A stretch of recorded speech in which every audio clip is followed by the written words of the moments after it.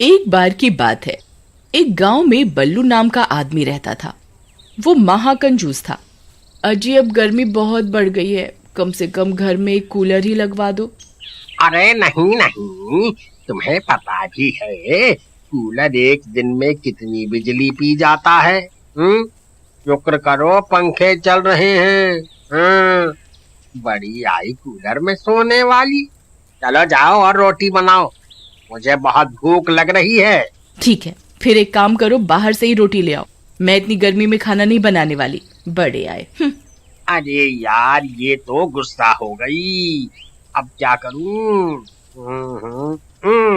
अरे प्रियतम, तुम नाराज मत हो, मैं कल ही कूलर लगवा दूंगा। चलो अब जाओ और खाना बनाओ। फिर अगले दिन सुबह होने पर बल्लू दुकान से कूलर खरीदता है और रिक्शे पर लाद कर उसे घर ले आता है। उसकी पत्नी कूलर देखकर फूली नहीं समाती। फिर रात होने पर शीला कूलर चलाकर उसके आगे सो जाती है, लेकिन बिजली का बिल बढ़ने के डर के कारण बल्लू को रात भर नींद नहीं आती। वो बार बार जाता और मीटर की रीडिंग देखने लगता।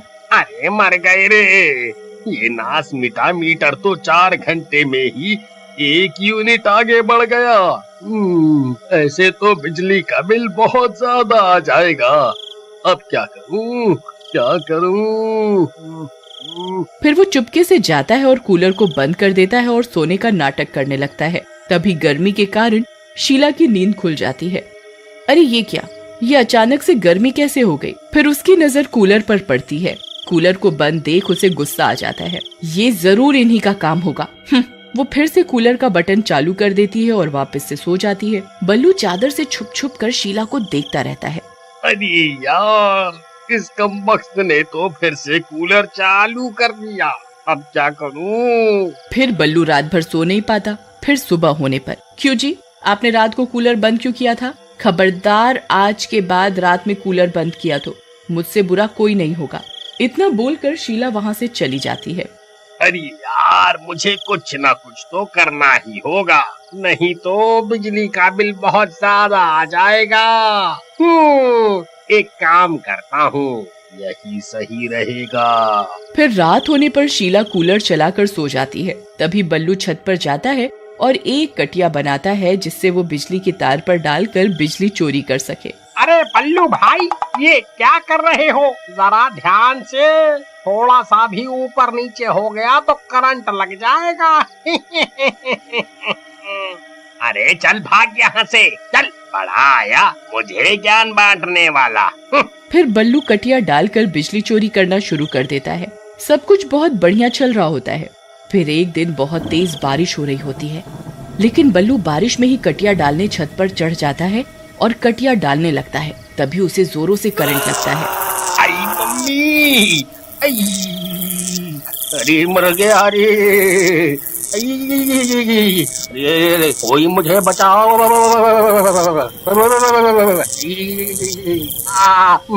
मैं यहाँ चिपक गया हूँ।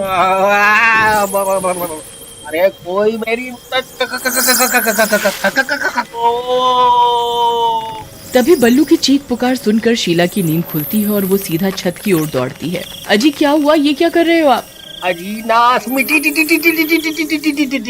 दिखाई नहीं देता क्या? मैं बिजली के तार से चिपक गया हूँ, मेरी मदद कर, नहीं तो आज मैं नहीं बचने वाला। जल्दी कुछ करो। आई मम्मी, आई। फिर शीला भागकर जाती है और कुछ लोगों को अपने साथ लाती है। अरे बल्लू भाई, तुम ये कहाँ चिपक गए? मैंने तुम्हें कहा भी था कि बिजली की तार पर कटिया मत डालो। अरे नास में वहाँ खड़ा रहकर ज्ञान ही बताता रहेगा या मुझे यहाँ से तो आएगा भी? मर गया रे, ये बिजली तो मेरा सारा खून चूस कर ही दम लेगी। अरे मर गया रे। अरे भाई, हम इसकी मदद कैसे करें? इतनी तेज बारिश में सब कुछ भीग गया है। अगर हमने इसकी मदद करी तो हम भी इसके साथ चिपक जाएंगे। अरे मर गया रे।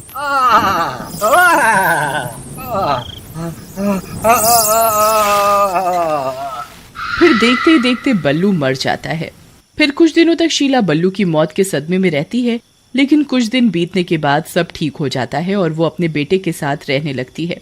अरे माँ आज बहुत गर्मी लग रही है, कूलर तो चलाओ ना जरा सा। हाँ बेटा, क्यों नहीं। फिर शीला कूलर चालू कर देती है और वो दोनों सो जाते हैं। फिर कूलर चलते ही बिजली का मीटर तेजी से चलने लगता है। ये देखकर बल्लू का भूत जाग उठता है। अरे नहीं, ये क्या, इन कमबख्तों ने फिर से कूलर चालू कर दिया, मुझे कुछ करना होगा।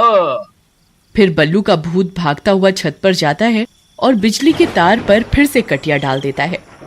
तभी सामने रह रहे मंगू की नजर उस भूत पर पड़ती है। उसे देखकर उसकी आंखें फटी की फटी रह जाती हैं। अरे प्रियतम, जल्दी यहाँ आओ, वो देखो बल्लू भाई का भूत। बल्लू भाई फिर से लौट आए हैं। मरने के बाद भी ये कटिया डालना नहीं भूले।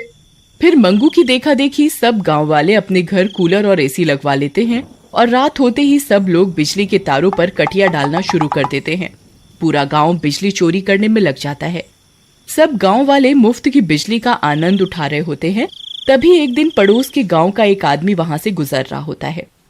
वो लोगों के घरों में कूलर और एसी लगा देखकर हैरान हो जाता है। अरे कमाल है भाई, इस गांव के लोग तो बहुत अमीर हैं, जो कूलर एसी लगवा कर बैठे हैं। हमारे गांव में तो बिजली भी पूरे समय नहीं आती, और इन्हें देखो। फिर थोड़ी दूर जाने पर उसे घरों के आगे बिजली के तारों पर कटिया डाली हुई दिखाई देती है। सभी गांव वाले बिजली चोरी कर रहे होते हैं। अच्छा, तो ये बात है, ये सब के सब बिजली चोरी करने में लगे हुए हैं। मुझे इसकी जानकारी बिजली दफ्तर को देनी होगी। फिर वो गांव वाला दौड़ता हुआ जाता है और बिजली दफ्तर में बिजली चोरी के बारे में बताता है। फिर अगले ही दिन बिजली दफ्तर से कुछ लोग आते हैं और सारी कटिया वहां से निकाल देते हैं। सब गांव वाले डर के मारे अपने अपने घरों में छिपे रहते हैं और वो लोग सबकी कटिया निकालकर अपने साथ ले जाते हैं। फिर रात होने पर शीला कूलर चालू करके सो जाती है। कूलर चालू होते ही बल्लू का भूत जाग उठता है और सीधा छत की ओर कटिया डालने जाता है, लेकिन कटिया तो पहले ही वो बिजली वाले अपने साथ ले जा चुके होते हैं। कटिया ना पाकर वो भूत गुस्से में आ जाता है और जोर जोर से चिल्लाने लगता है। उसकी आवाज सुनकर सभी गांव वालों की नींद खुल जाती है। अरे भाई, इस भूत की कटिया तो बिजली वाले अपने साथ ले गए, इसीलिए ये भूत पागल हो गया है। हमें कुछ ना कुछ करना ही होगा, नहीं तो ये किसी को जिंदा नहीं छोड़ेगा। भाइयों, मेरे पास एक तरकीब है, चलो हमें अभी बल्लू के घर चलना होगा। फिर सब लोग बल्लू के घर जाते हैं और शीला को नींद से जगाते हैं। अरे क्या हुआ, आप सब लोग इतनी रात गए यहाँ क्या कर रहे हैं? अरे शीला बहन, तुम तो मजे से कूलर चलाकर सो रही हो। ऊपर छत पर तुम्हारे पति ने चिल्ला चिल्ला कर पूरा मोहल्ला सर पर उठा रखा है। किसकी बात कर रहे हैं? ये तो मर चुके हैं। नहीं बहन, तुम्हारा पति भूत बनकर आज भी बिजली चोरी कर रहा है। आज कटिया न मिलने पर वो गुस्से से पागल हो गया है। हे भगवान, ये कैसे हो सकता है? मैं जानती हूँ इन्हें कैसे शांत करना है। मैं जब भी कूलर चलाती थी ये तभी कटिया डालने छत पर जाते थे। अगर हम कूलर बंद कर दें तो शायद ये शांत हो जाए। फिर शीला कूलर बंद कर देती है। कूलर बंद होते ही बिजली का मीटर स्लो हो जाता है और बल्लू का भूत वहां से गायब हो जाता है। भाई, आज तो जान बच गई, लेकिन कल फिर से कूलर चलते ही बल्लू भाई का भूत लौट आएगा, तब हम क्या करेंगे?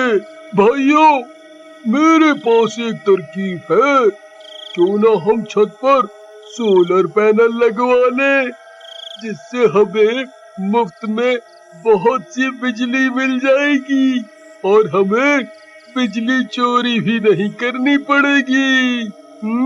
फिर अगले ही दिन गांव वाले सरकार की मदद से अपनी अपनी छतों पर सोलर पैनल लगवाते हैं और उस दिन के बाद से ना तो कोई बिजली चोरी करता है और ना ही बल्लू का भूत फिर किसी को दिखाई दिया। बहुत समय पहले की बात है। मस्तीपुर नामक गांव में सभी लोग बड़े प्रेम, प्यार और आराम से रह रहे थे। उस गांव के लोग वैसे तो ठीक थे, लेकिन उन लोगों की एक बड़ी खराब आदत थी। वो अपने घरों का कूड़ा कचरा कहीं भी फेंक देते। इसी कारण कुछ चूहे न जाने कहां से उस गांव में आ गए थे। इसी कारण गांव के सभी लोग परेशान रहते थे। उसी गांव में एक हरिया नाम का आदमी रहता था। एक दिन की बात है, हरिया ने अपने कमरे में गेहूं का बोरा रखा हुआ था।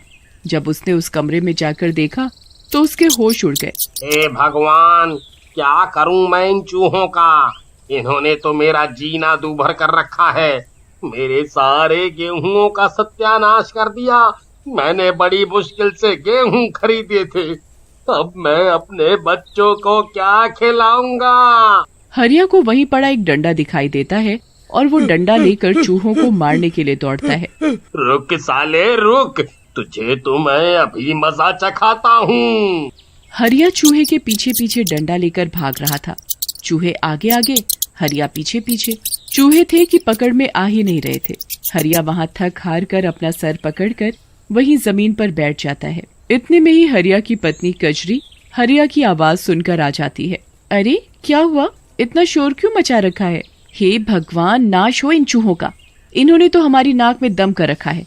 कुछ भी कर लो, ये है कि जाते ही नहीं। धीरे धीरे उस गांव में चूहों की संख्या बढ़ती जा रही थी। कुछ दिनों में उस गांव के सरपंच की बेटी की शादी थी। तैयारियां बड़े जोरों शोरों से चल रही थी।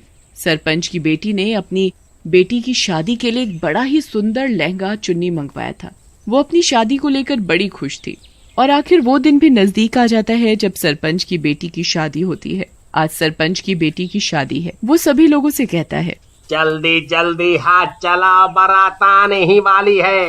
अभी कितना काम पड़ा है और इन चूहों का ध्यान रखना, ये मुझे दिखाई नहीं देने चाहिए। सरपंच की बेटी सजने संवरने में लगी हुई थी। जब वो ओढ़ने के लिए अपनी चुन्नी उठाकर देखती है, मेरी चुन्नी, ये क्या हाल हो गया? अब मैं क्या ओढ़ूंगी? इन चूहों ने तो मेरी शादी की चुन्नी ही काट दी। सरपंच की बेटी अपनी ओढ़नी देखकर बड़ी बुरी तरह रो रही थी। उसके रोने की आवाज सुनकर सरपंच और उसकी माँ आ जाते हैं। क्या हुआ बिटिया, तुम रो क्यों रही हो? देखो न पिताजी, मेरी ओढ़नी इन चूहों ने काट दी। अब मैं क्या ओढ़ूंगी? इन चूहों का तो सत्यानाश हो। इन्होंने तो नाक में दम कर रखा है। ये है कि कम होने का नाम ही नहीं लेते, उल्टा और ज्यादा बढ़ते जा रहे हैं। समझ नहीं आता कि इनसे पीछा कैसे छूटे। इधर दूल्हा भी आ जाता है। जैसे ही वो बैठता है तो एक चूहा कहीं से आकर उसकी जूती काट जाता है। तो दूल्हा बड़ी जोर से चिल्लाता है, अरे मेरी जूती कौन काट गया? दूल्हे की नजर चूहे पर पड़ती है। ये रहा चूहा, इसी ने मेरी जूती काटी है। मारो इस चूहे को, मारो। चूहा दूल्हे की जूती काट कर भाग जाता है। तभी एक आदमी सरपंच को आकर बताता है, सरपंच जी, चूहों ने सारा खाना बर्बाद कर दिया। इन चूहों ने खाना खाने लायक नहीं छोड़ा। अब हम बारातियों को क्या खिलाएंगे? इन चूहों ने तो मुझे कहीं का नहीं छोड़ा, कहीं का नहीं। फिर एक दिन गांव की एक पूजा नाम की औरत अपने 5 साल के बच्चे मुन्ने को सुलाकर नहाने गई हुई थी। तभी न जाने कहां से आकर चूहा उस बच्चे की उंगली में काट जाता है। काटने की वजह से बच्चा जोरों से रोने लगता है। रोने की आवाज सुनकर वो औरत फटाफट नहा कर आती है। लगता है इसे भूख लगी है। क्या हुआ मेरे मुन्ने को? तुझे भूख लगी है? उसे लगा मुन्ना भूख की वजह से रो रहा है। तभी वो देखती है कि उसकी उंगली से खून बह रहा है। हाय रे, चूहा मेरे मुन्ने की उंगली काट गया। बेड़ा गर्क हो इन चूहों का। वो औरत फटाफट अपने बच्चे की उंगली की मरहम पट्टी करती है। चूहों का आतंक दिन पर दिन बढ़ता ही जा रहा था। चूहे कभी घर में रखा खाना खा जाते तो कभी कपड़े काट जाते। इन चूहों की हरकतों की वजह से सभी लोग परेशान हो चुके थे। जिस बच्चे को चूहे ने काटा था उस बच्चे की आदतें भी चूहे जैसी होती जा रही थी। दिन में तो वो बच्चा बना रहता, लेकिन रात होते ही वो एक भूतिया चूहा बन जाता। फिर एक रात घर के जब सब लोग सो रहे होते हैं तो वो बच्चा एक भूतिया चूहा बन जाता है और गांव में घूमने लगता है। और वो एक घर में घुस जाता है जहां वो एक 4 साल के बच्चे की उंगली में काट जाता है। काटने की वजह से वो बच्चा भी भूतिया चूहा बन जाता है। और अगले दिन पूजा मुन्ने के लिए दलिया कटोरी में डालकर उसे खाने के लिए देकर रसोई में काम करने चली जाती है। पूजा वापस मुन्ना के पास आकर देखती है, आज ये मुन्ने को क्या हुआ, ये चूहे की तरह क्यों खा रहा है। पूजा मुन्ने को अपने हाथ से दलिया खिलाने लगती है। मुन्ना, चम्मच से खाते हैं, ऐसे नहीं खाते। पूजा बहुत कोशिश करती है मुन्ने को चम्मच से खिलाने की, पर मुन्ना चम्मच से नहीं खाता, वो चूहे की तरह दलिया खा रहा होता है। पूजा मुन्ने की हरकत देखकर हैरान होती है, पता नहीं आज इसे क्या हो गया है, मेरी तो कुछ समझ ही नहीं आ रहा। तभी पूजा देखती है कि जिस उंगली पर चूहे ने काटा था वो उंगली चूहे की तरह होती जा रही थी। पूजा ये देखकर बड़ी घबरा जाती है, हाय राम, ये मेरे बच्चे को क्या हो गया, इसकी तो उंगली चूहे जैसी हो रही है। फिर ऐसे ही अगले दिन एक औरत अपने 6 साल के बच्चे को खाना देकर कपड़े धोने चली जाती है। तभी एक चूहा आकर उस बच्चे के पैर को काट जाता है। वो बच्चा जोर जोर से रोने लगता है। उसके रोने की आवाज सुनकर उसकी माँ बच्चे के पास आती है। क्या हुआ बचुआ, तू रो क्यों रहा है? माँ, चूहा पैर में काट गया। इन चूहों ने तो हद ही कर दी है। जो भी कोई चूहा बच्चे को काटता वो बच्चा भूतिया चूहा बन जाता। उसकी हरकतें चूहे जैसी होती जा रही थी। धीरे धीरे करके गांव के बच्चों की हरकतें चूहों जैसी हो गईं। फिर एक रात जब गांव के सभी लोग सोए हुए थे तभी सभी बच्चे अपने घरों से निकलकर जाने लगते हैं। तो उनमें से मुन्ने की माँ पूजा जाग जाती है और वो मुन्ने का पीछा करने लगती है। जब वो मुन्ने का पीछा कर रही होती है तो देखकर हैरान हो जाती है, हे राम, ये क्या, मेरा मुन्ना एक भूतिया चूहा बन गया है। अब मैं क्या करूं, कहाँ जाऊं? इतने में ही एक बच्चे की माँ भी अपने बच्चे का पीछा करती हुई पहुंच जाती है। तो वो भी अपने बच्चे को एक भूतिया चूहे में बदलते देख घबरा जाती है। वो भी पूजा के साथ छुपकर देख रही होती है। तभी भूतिया चूहे आपस में इकट्ठे होकर बातें करने लगते हैं। हाँ हाँ, अब वो दिन दूर नहीं जब इस गांव के सभी बच्चे चूहे बन जाएंगे। हाँ, इन लोगों ने हमारे साथ बड़ा गंदा सलूक किया था ना, अब इन्हें पता चलेगा जब गांव के सभी बच्चे भूतिया चूहे बन जाएंगे। चलो, गांव के सभी लोगों और बच्चों को काटकर भूतिया चूहा बना देते हैं, चलो। इन भूतिया चूहों की बातें सुनकर पूजा और वो औरत बुरी तरह डर जाती है। अब क्या होगा? ये भूतिया चूहे तो बड़े खतरनाक है, ये तो पूरा गांव भूतिया चूहों का गांव बन जाएगा। चलो हम पुजारी जी के पास चलते हैं, वो कोई ना कोई उपाय जरूर बताएंगे। हाँ, चलो। पूजा और वो औरत पुजारी जी के पास जाकर उन्हें भूतिया चूहे के बारे में सारी बात बताती है और उनसे अपने बच्चों को ठीक करने के लिए कहती है। हमारे बच्चों को बचा लो, उन्हें ठीक कर दो, हमारे बच्चे भूतिया चूहे बन गए हैं। पुजारी अपनी आंखें बंद करके मंत्र शक्ति से उन भूतिया चूहों को बुलाता है। हमें क्यों बुलाया? छोड़ दो इन मासूम बच्चों को, इन्होंने तुम्हारा क्या बिगाड़ा है? सभी चूहे एक एक करके पुजारी जी को बताने लगते हैं।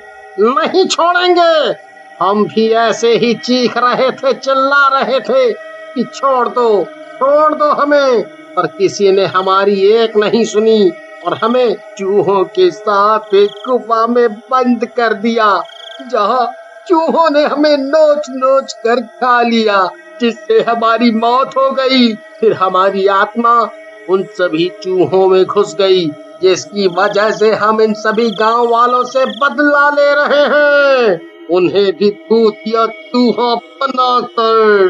क्या तुम्हें गांव वालों ने बंद क्यों किया था? हम भूख के मारे तड़प रहे थे, खाने के लिए हमारे पास कुछ नहीं था, पेट तो भरना ही था, तो हम चूहों को मार कर खाने लगे। ये बात गांव वालों को पता चल गई और उन्होंने हमारे पूरे परिवार को सजा के तौर पर गुफा में बंद कर दिया और तभी से हमारी आत्मा तड़प रही है। अब आप ही बताओ, इतनी सी गलती की इतनी बड़ी सजा।